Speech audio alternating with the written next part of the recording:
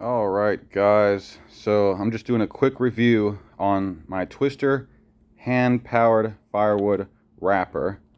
I'm going to try to be as unbiased as possible, but I'm just going to give you the cold hard facts. And the manufacturer might not like it. Well, hopefully they can fix the problems. So shipping, it's fine. It comes on this. This obviously isn't a permanent fix. This is just some plywood because that can literally get too much weight and boom, snap the wood. So that's fine. I can eventually. But let's go over design, okay?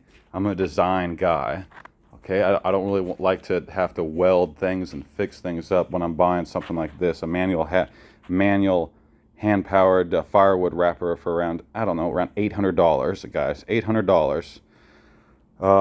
Let's go number one. Number one that I did not like. We're going to go off the things that I did not like. When they gave me these pieces, these adapters that's supposed to slide in here real nice, they didn't slide in there. They didn't fit in there. So what you got is basically that channel, and at the back there's a little stop, right? So that way the rod doesn't continue to go on through. Everything's painted black. I had to grind this down heavily just so it could fit in here. It wouldn't even fit in there. That goes with all the other three as well. They wouldn't fit, okay? So I was like, okay, I'll grind it down. That's no big deal. Hey, sometimes you gotta do that kind of stuff. What I'm kind of pissed off about here is the thickness of the metal. So I believe this is the 0.75 cubic foot. This is their largest holder, so it's going to need to handle some good weight. So when I'm putting red oak in here, seasoned red oak, and stacking it to the top, this right here sags down. So it's supposed to look like that. See that gap? That gap right there, see where my finger is? There's supposed to be a gap. When you put weight down on it, that's what happens. That's not that much weight. Where is the weakness? It's in this piece of metal right here, this thin piece of metal. So now I have to back it off by kind of pulling up on it, and that's going to bend the metal. So I'm getting a lot of metal bendage right here, and you can see that's where the paint's coming off. Bottom line, this metal, it's welded, so this piece can't just easily be replaced because it's welded to the shaft.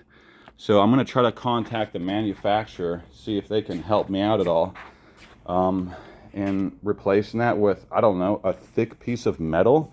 What do we got thickness wise right here? That, what is that, about a 1/4 inch? Well, it's not doing it. It's not doing it. So the big things were, hey, none of these fit up. It didn't fit in here. Second is, this is really weak. It just comes down. So I'm literally having to lift this up. I mean, I'm a strong guy, and I can use this thing because, you know, I'm having to pick it up while it's in here. I'll do a video. It'll be really amusing. A video of me using this thing with loading this up with firewood, because I'm holding this up and I'm doing things with like my knees and trying to move this around and stuff and getting a good tension on it and trying to lift it up so the plastic is clearing, you know, it's staying in the center portion. If I were to say a 1 out of 10, I would give this, hey, it's got a cool design, but it's how do I say this nicely? It's not operating to standard. It is not up to standard. Should you spend $800 on this with this design? No, you should not spend $800 on this design.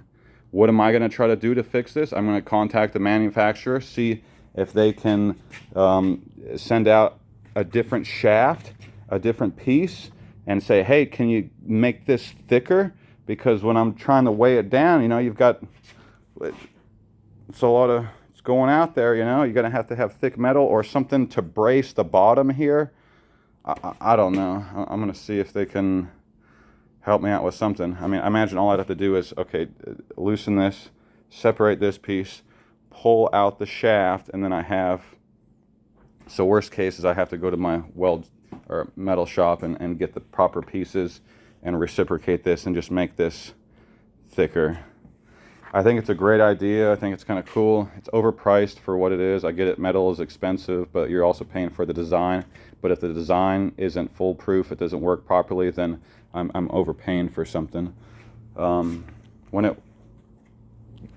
If this were not to sag and bend down so much, that would be great. And aside from that, if that can get fixed, if this holder, this metal, if they can beef this stuff up and actually make it send out people's parts where they actually fit in where they're supposed to, and you don't have to take a flapper disc to it and grind it down. I mean, it's fine with me. I can do that, but some people don't have that, you know. Some people are just working with firewood. They don't have a machine shop or anything like that.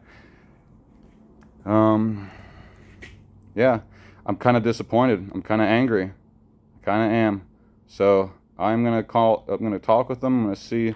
I mean, it's a U.S. company, so I'm sure they'll hopefully they'll be able to work with me here, and hey, we'll go from there. But just wanted to give you guys a quick review of the Twister hand-powered firewood wrapper.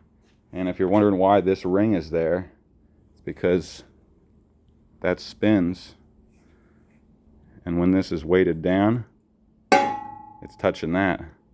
Now, obviously, I don't want that. So when I got this full of firewood, I'm having to lift this up and rotate that.